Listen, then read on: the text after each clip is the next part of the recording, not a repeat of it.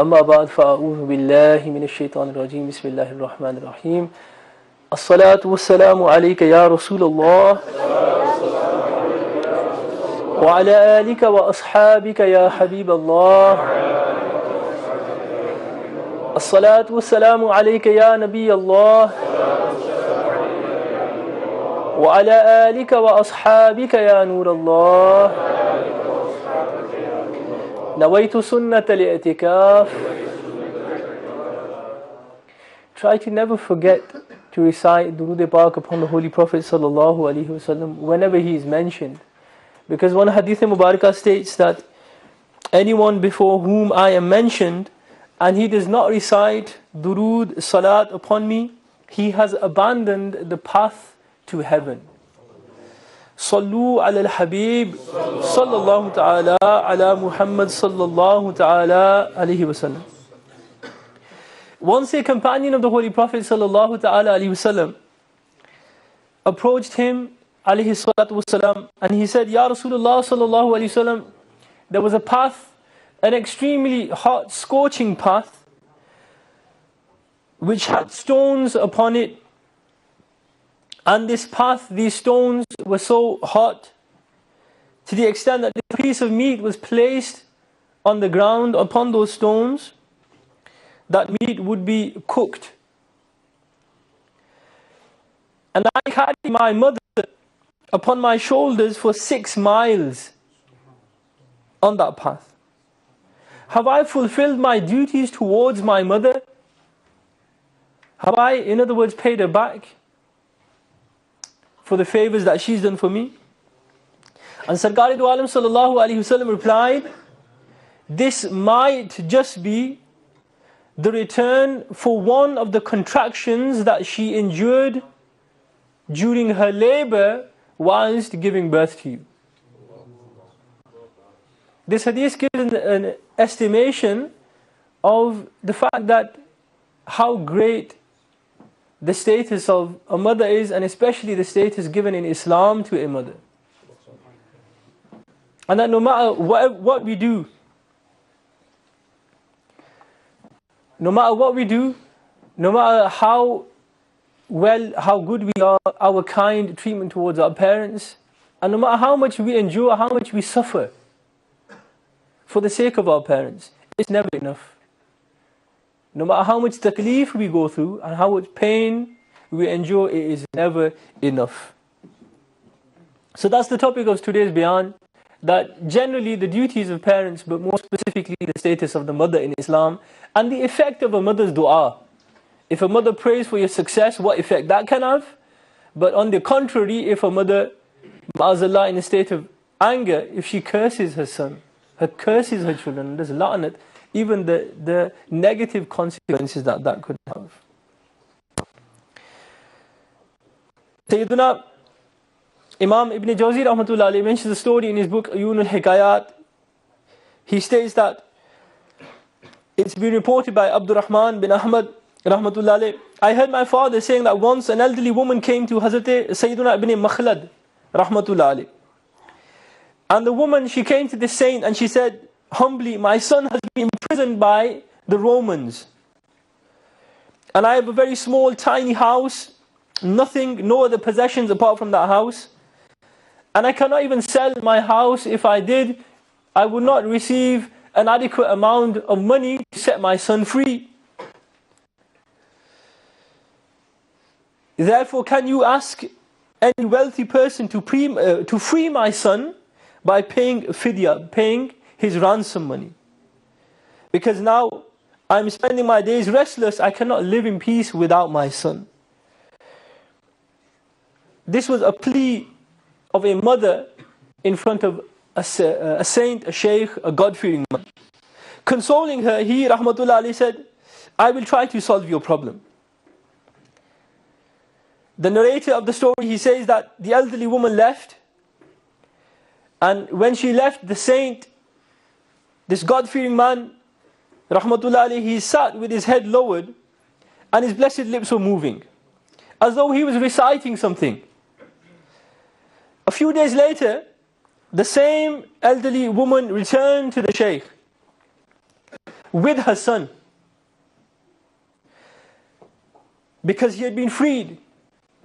And she was giving dua, she was praying for the saint and his life. And she said, Alhamdulillah, my son has returned safely. And I let my son explain the story of his escape or his freedom to you. So the elderly woman's son, he began to narrate his story and what had happened to him. And he said, I was with a group of prisoners in a prison in Rome. We had been captured there. And we were forced to work by the people who had captured us. And we would work in the daytime, and in the evening we would return to our prison, our cells. One day after Maghrib Salah, we were going back, returning to our prisons after a hard day of work in the orchards of the Romans. And suddenly the chains and the shackles tied around my feet automatically vanished and broke. They broke themselves and they fell onto the ground.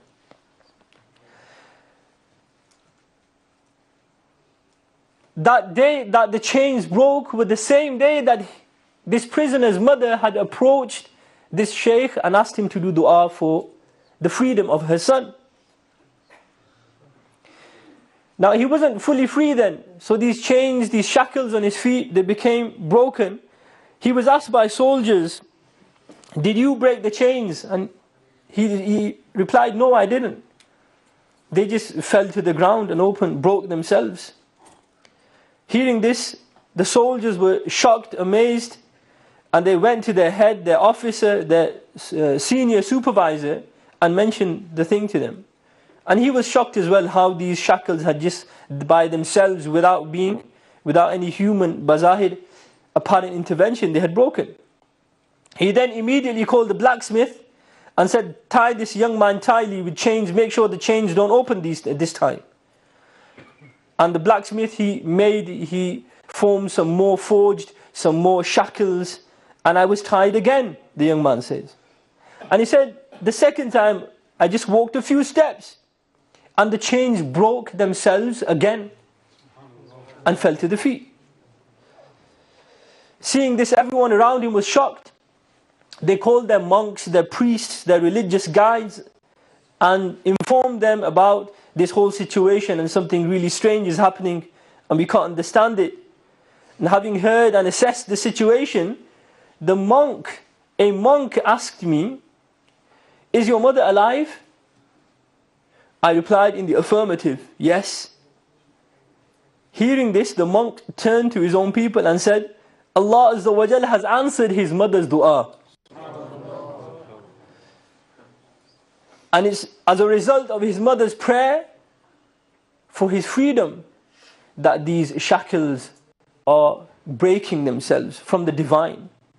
Hearing this, the soldiers, the people who had captured him, imprisoned him, they said, if that is the case, and if Allah Azza wa Jal has freed you, then how can we imprison you? How can any worldly iron shackles or chains imprison someone who has been freed by Allah subhanahu wa ta'ala?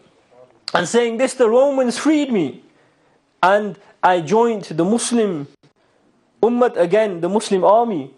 And this is the story of how I was freed from prison due to the blessings and barakat of the prayer of my mother.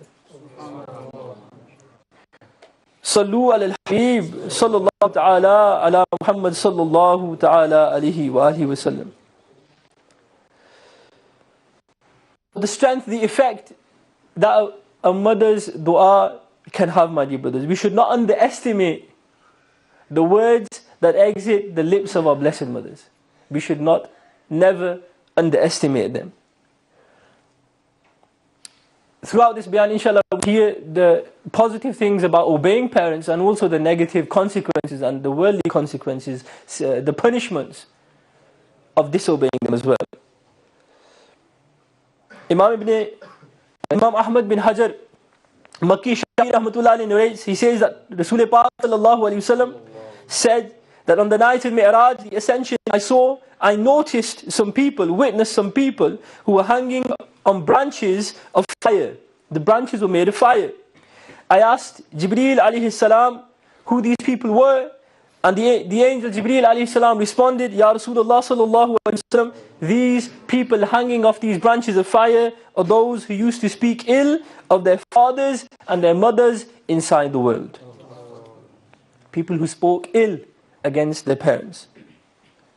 Here's another narration about what will happen in such a person's grave. One riwayat says that someone who disobeys his parents, when he is buried, his grave will press and crush his body in such a way that his ribs will interlock with each other. दिल दुखाना छोड़ दें माँ बाप का, वरना है इसमें खसारा आपका. صلوا على الحبيب صلى الله تعالى على محمد صلى الله عليه وسلم. Let's hear a verse of the Holy Quran, Surah Bani Israel, in the 15th Sipara of the Holy Quran. أعوذ بالله من الشيطان الرجيم بسم الله الرحمن الرحيم وقضى ربك ألا تعبدوا إلا إياه وبالوالدين إحسانا إما يبلغن عندك الكبر أحدهما أو كلاهما فلا تقل لهما أف ولا تنهرهما وقل لهما قولا كريما واخفض لهما جناح الذل من الرحمة وقل رب ارحمهما كما ربياني صغيرا. Tarjamah Kanzul Iman. And your Lord has commanded that you do not worship anyone except Him, and that you treat your parents with kindness. If either of them or both of them reach old age in your presence, then don't even say uff to them. And do not rebuff them. And speak to them with the utmost respect. And lower your wing humbly for them, with mercy. And pray, my Lord, have mercy on them both the way they nursed me when I was young. Regarding this ayat Mubarakah, commenting and explaining on this, Mufti Naimuddin Muradabadi Rahmatullah alayhi says in Khazain ul-Irfan, when your parents become very weak and their bodies are fragile and they are no longer strong, they become weak in their old age, just like you were in your adolescence, as a child, as a baby.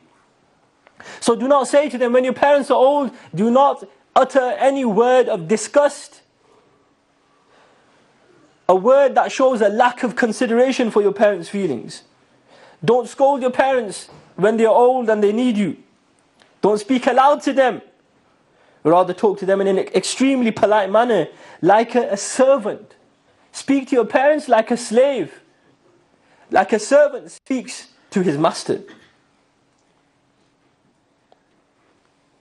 So this is the manner in which children should speak to their parents, like a servant speaks to his master. صلوا على الحبيب صلى الله تعالى على محمد صلى الله عليه وسلم. Let's listen to 4 ahadith about the blessing of respecting parents. Our beloved Aka sallallahu alayhi wasallam said, when a person looks at his parents mercifully, Allah Ta'ala writes for him the reward of one accepted Hajj. Every time he looks. The Sahaba Kiram asked, Ya Rasulullah, what if he looks 100 times in one day? The beloved Prophet of Allah sallallahu alayhi wasallam replied, Na'am Allahu Akbar Atyab. Yes, Allah is the greatest and the purest.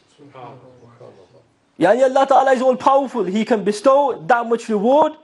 Giving you the reward of 100 Hajjs in one day is no problem for Allah Ta'ala.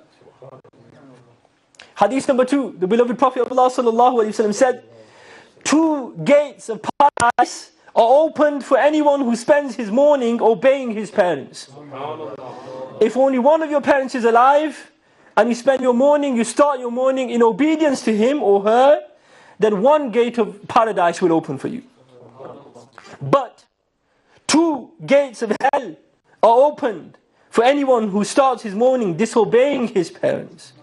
And if only one of his parents is alive and he disobeys him or her, then 1 gate of hell will open for him. And then someone, when the Holy Prophet ﷺ said these blessed words, a companion asked, Ya Rasulullah, what if a man's parents oppress him? What if they are nice and they are cruel to you? Sarkar Madina sallallahu alayhi wasallam responded, even if your parents oppress you and treat you cruelly, even if they oppress you, even if they oppress you. He repeated that comment 3 times. Thrice our beloved Master sallallahu alayhi wasallam repeated this comment, even if they oppress you. That does not give you ijazat or permission to be oppressive towards them. You still have to be kind and control your tongue and control the way you behave with your parents, no matter what their behavior is. Remember, act like a slave. Hadith number 3. A man humbly asked, O Messenger of Allah sallallahu alayhi wasallam, what are the rights of parents upon their children? The Holy Prophet sallallahu alayhi wasallam responded, your parents are your heaven and your hell. They are your heaven and your hell. Hadith number 4. An individual came to the blessed Messenger sallallahu alaihi wasallam and humbly inquired, who is the most deserving of my kind treatment? In response to this, the beloved Prophet sallallahu alaihi wasallam replied, your mother. The inquirer inquired again, who after her?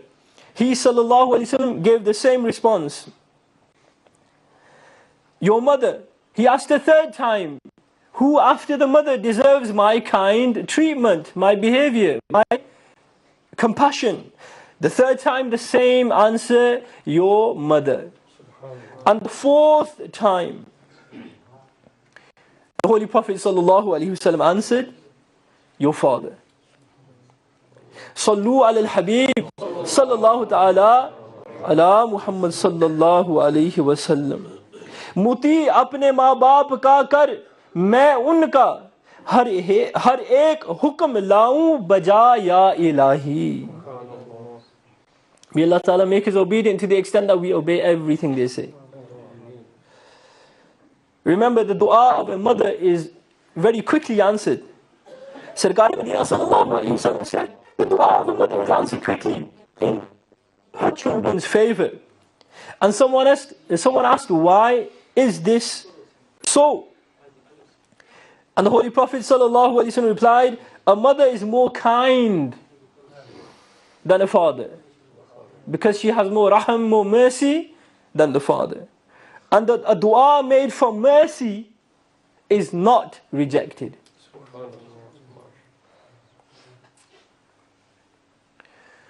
Sayyidina Musa alayhi salam once asked Allah Ta'ala, O most forgiving, I would like to see the person who will be my companion in Jannah, in paradise.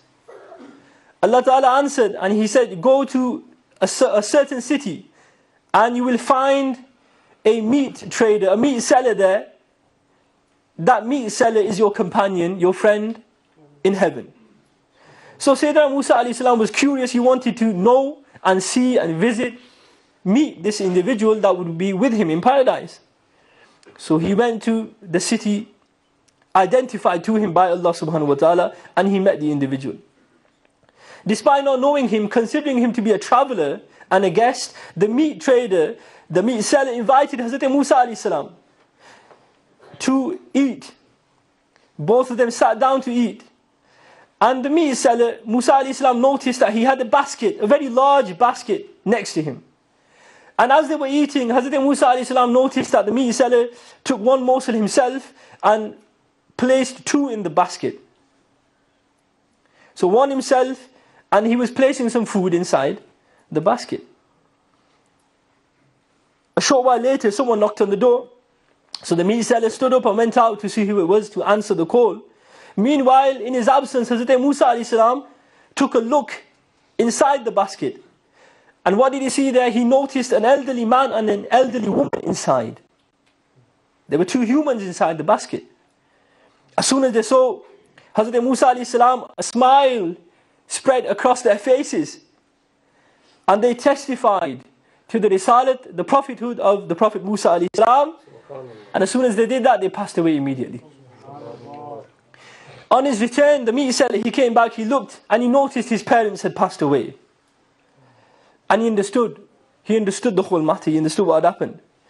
And then he kissed the hands of Hazrat Musa alayhi salam and he said, now I realize that you must be the Prophet of Allah, Musa alayhi salam. And Hazrat Musa alayhi salam was curious as well, how did you know who I was? You didn't recognize me before. And the meat seller responded, my parents used to make the dua. They would cryingly pray every single day, Ya Allah, bless us with death whilst seeing Musa alayhi salam. And because of that sudden death, I realized that you must be the Prophet Musa alayhi salam. And the meat seller, he further explained and he expanded. He said, when my mother ate and when I used to feed her, she would get delighted and pray for me. The prayer that she used to make for me was, Ya Allah, make my son the companion of Musa alayhi salam in heaven. Sayyidina Musa alayhi salam gave him the good news and he said, congratulations, Allah Azza wa Jal has accepted the prayer of your parents. You are my companion in paradise. परोसी बना मुझको जन्नत में उनका खुदाए मुहम्मद बराए Medina صلوا على الحبيب صلى الله تعال على محمد صلى الله عليه وسلم. Hazrat Sayyidina Bayezid Bistami rahmatullah alayhi said, one very cold night my mother asked me for a glass of water and I went to fetch that glass of water for her, but by the time I returned she had fallen asleep. I felt it inappropriate to awaken her, so I stood next to her holding the glass of water thinking she could wake up at any moment. I stood there for a long time. During this time, some water spilled over onto my finger and froze and turned into ice. When my honorable mother awoke, I presented her with the glass of water, but since my finger was stuck to the glass, as the glass separated my hand, a piece of my skin detached from my hand also, causing bleeding. Noticing this, my mother asked what had happened. And I told her that I'd been waiting there in the cold and this water had frozen my hand.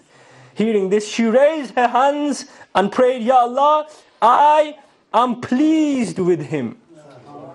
Ya Allah, you be pleased with him as well. Piro Murshid par mere maa baap par, Piro Murshid par mere maa baap par, ho sada rahmat e nanae Hussain. صلوا على الحبيب صلى الله تعالى على محمد صلى الله عليه وسلم. My dear brothers, there are restrictions. If our parents tell us to do something, we must obey them, but not when they ask us to do something which contradicts Shariat. If parents ask us to do something which is haram or a sin, such as shaving the beard or any other thing, then we must not obey them in such a matter. Parents being divorced is a common scenario, situation, sadly, these days as well. What if your parents have separated, or even if they haven't separated but they quarrel with each other? If your parents argue with each other, fall out, you as children are not allowed to support either one of them wrongly. Do not treat your father harshly because your mother's told you to. Don't abandon your father because your mother doesn't want you to see him anymore. Hurting the feelings of your father, answering him back, talking rudely to him with disrespect are all haram and disobedience to Allah Azza wa Jal. It is not permissible when parents fall out, it's not permissible for children to take sides, even if the parents usually in this kind of situation will want you to abandon and sever all connections with the other parent. But it's not permissible for you to obey them in this case, because they're asking you to disobey Allah Ta'ala. So we will not disobey Allah Ta'ala in order to please or obey our parents. So you will be a sinner if you do this. If your parents get divorced and your mother, your father want you to cause harm to the other individual, you should not do so. صلوا على الحبيب صلى الله تعالى على محمد صلى الله عليه وسلم. My dear brothers, one of Dawat Islami's Madani, 12 Madani tasks, activities, which we use to spread, to do tabligh and spread the Sunnah of the Holy Prophet sallallahu alaihi wasallam in our localities, is the chalk dars. A dars, try to every day do a dars, a lesson in a public place. He is a Madani Bahar, a brother of Bab al-Madina Karachi in Pakistan. He says, I was once standing on the roof of my house and I noticed an Islamic brother, an Islamic brother with a green turban on his head, giving a dars at the end of a street in a public place, but he was all alone and no one accompanying him, no one listening to him. And even though I wasn't a very religious person, in fact, I was so unreligious that I usually would run and avoid deliberately people who I saw with green turbans, thinking that they might approach me and do tabligh to me. So I was someone who avoided them deliberately. But noticing him on his own, I felt sorry for him, felt bad for him, so I thought I'd join him, give him some company, make him feel good. But little did I know that that dars, attending that dars would reform my entire life. That dars became the means of me associating, becoming a part of this very tanzeem that I used to avoid. These very brothers that I used to hesitate to meet and attempt to run away from.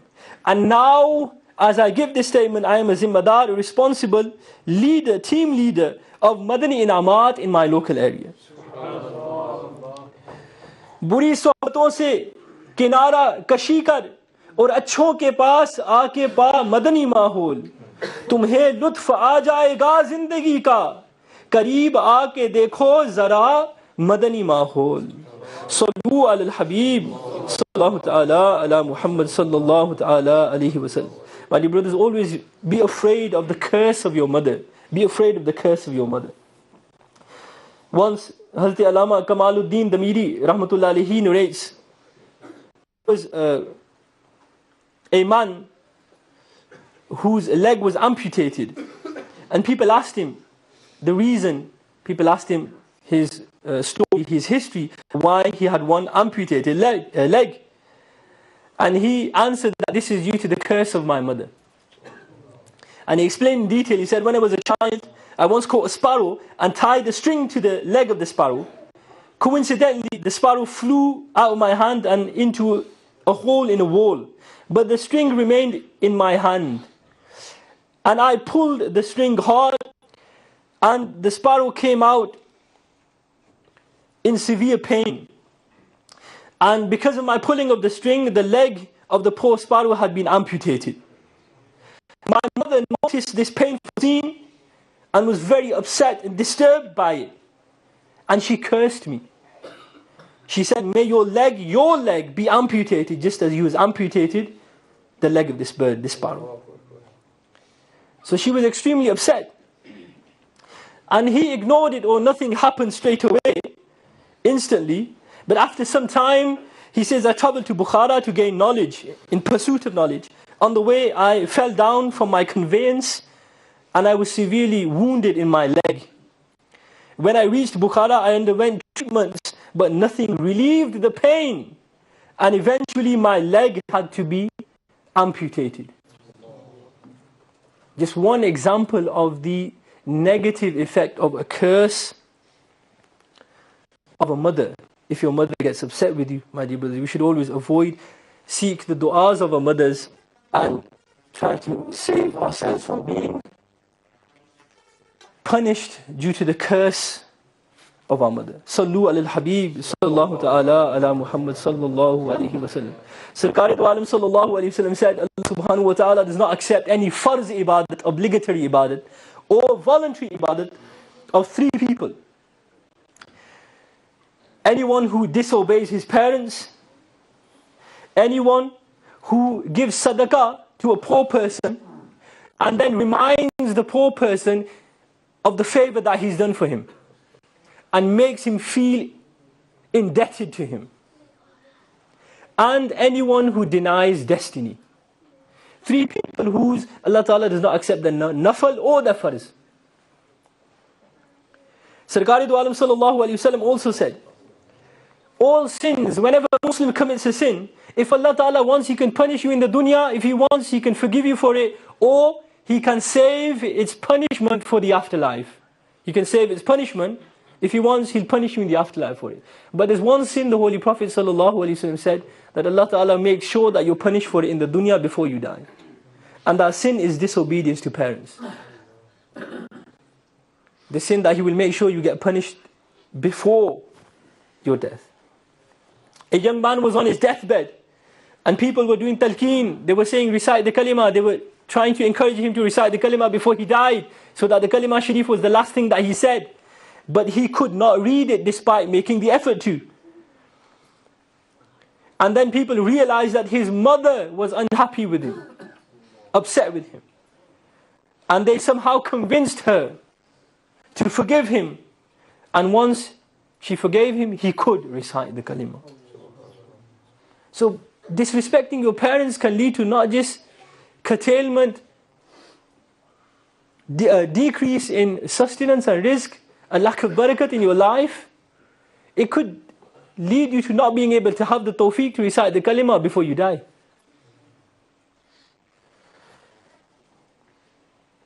A man came to the Holy Prophet sallallahu alaihi wasallam and he said, Ya Rasulullah, I've committed a major sin. Is there any repentance for me? The Holy Prophet alayhi salam asked, do you have a mother? Is your mother alive? And the man responded, no, she isn't. Sarkari do Alam sallallahu alaihi wasallam said, do you have a khala, an auntie, your mother's sister? Is she alive? He said, yes, she's alive. Sarkari do Alam sallallahu alaihi wasallam said, then be good to her. That is your tawbah. Be good to her, you can expect Allah Ta'ala, you can hope that Allah Ta'ala will forgive you. One of the signs of Judgment Day, my dear brothers, one of the signs of Qiyamah, Alamat-e-Qiyamah, is that a man will obey his wife but disobey his mother. And he will be close to his friends but push his father away. He will respect his friends and be close to them, but distance and harm his father. This doesn't need a commentary on it. We all can see this very obvious fact in this day and age. Allah subhanahu wa ta'ala says in the Holy Quran, وَوَصَّيْنَا الْإِنسَانَ بِوَالِدَيْهِ حَمَلَتْهُ أُمُّهُ وَهْنًا عَلَى وَهْنٍ وَفِصَالُهُ فِي عَامَيْنِ أَنِ اشْكُرْ لِي وَلِوَالِدَيْكَ. और हमने आदमी को उसके माँ बाप के बारे में ताकीद फरमाई. उसकी माँ ने इसे पेट में रखा कमज़ोरी पर कमज़ोरी झीलती हुई, और इसका दूध छूटना 2 बरस में है. ये है कि हक मान मेरा और अपने माँ बाप का. We commanded man to be kind to his parents and to thank his parents. Your mother, she endures pain, wahan ala wahan, pain after pain, weakness upon weakness. And then she spends 2 years breastfeeding you. Even that's painful for her body. Physically it's demanding for her. And what does Allah Ta'ala command you? Anishkur li, thank me, do shukr, do my shukr, wali walidayk, and your parents. So ulama said this itself, if you look at this verse, Allah Ta'ala commanding us to thank our parents alongside commanding us to thank Him. Thank me and your parents. Just that being mentioned, your parents being mentioned next to Allah subhanahu wa ta'ala in the Holy Quran, is something that needs attention. How do we thank Allah Ta'ala and how do we thank our parents? Hazrat Sufyan bin Uyayna rahmatullah alayhi explained this ayah mubarakah in which Allah Ta'ala commanded us to thank Him and our parents. And he says, whoever prays his 5 prayers, he has thanked Allah. And whoever after his 5 prayers prays for his parents, he has thanked his parents. So gratitude to your parents is to pray for them after every single namaz. Every single one. There are many things that we can say about the greatness of a mother. And our blessed Murshid Pak says that Maazallah agar maa baap ne galat tarbiyat bhi ki hai to aapne hukam aduli ki to farz ke taariq hue. Even if your parents didn't bring you up properly, maa baap ne agar tarbiyat galat bhi ki ho, it doesn't give us ijazat to be rude to them or behave in a disrespectful, hurtful manner to them. And you know the hadith that I mentioned earlier, that Sarkari do Alam sallallahu alayhi wasallam said that the person most deserving of your good treatment is your mother and then your father the fourth time. Imam Ahl Sunnat, he says that this hadith shows that maa ki ta'zeem jo hai, wo zyada honi chahiye. And he says, for example, he gives an example, a nice example ke maa ki ta'zeem kaise ho. It means that, for example, if you've got £100 that you wish to gift to your parents, you wish to gift £100, and you've got no real reason, no necessity to give one more than the other, then what you should do is give £25 to your father and 75 to your mother. Example number 2, if both of your parents ask you for water at the same time, and there's no real reason, no hajat for giving your father first, you should actually give your mother first, and then your father. Example number 3, Imam Ahl Sunnat gives, if both of your parents return from a journey and they want their feet massaging, then if there isn't a real necessity, massage your mother's feet first and then your father's. These are 3 examples that Imam Ahl Sunnat gives to explain how in ta'zeem we should give preference to our mothers. Sallu ala الحبيب sallallahu ta'ala ala Muhammad sallallahu alayhi wasallam.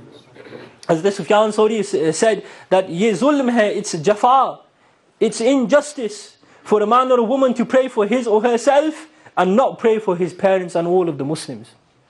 So whenever you pray, don't just pray for yourself, your parents, and never forget the whole ummah. One hadith in Mubarakah states, when a person stops praying for his parents, his aish, his rizq and livelihood becomes curtailed, tightened for him. When you stop praying for your parents, you lose barakat in your sustenance. Anyone who wishes, hadith, anyone who wishes to have barakat in his life and excessive rizq, then he should be kind to his parents and strengthen ties with his relatives. Sila rahmi. Strengthen relationships with your relatives. Don't fall out for every single thing. Even if it's not your fault, if it's a relative's fault, be the first to apologize. Man tawada'a lillahi faqad rafa'ahu Allah. He who lowers himself for the pleasure of Allah Ta'ala, Allah will raise you. Allah Ta'ala will raise you. Don't feel embarrassed to be the first to apologize. I just want to finish off, my dear brothers. In this country especially, like all over the world, but especially in this country, how loneliness is becoming an issue, and abandoning parents. And it was just recently in the news that on a government level,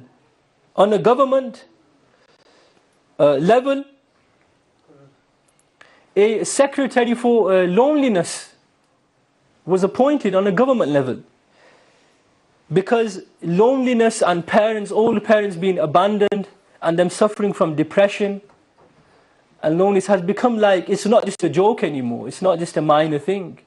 It's something that is a major problem on a state or on a government level, and it's estimated that annually the amount that it costs to treat the advice for people in depression, parents, all elderly people suffering from loneliness, advising them, treating them, listen to this, annually 32, not million, billion pounds. 32 billion pounds are being spent annually in this particular field, stopping or bringing an end to depression and stress and loneliness. On a government level, this has become a serious epidemic.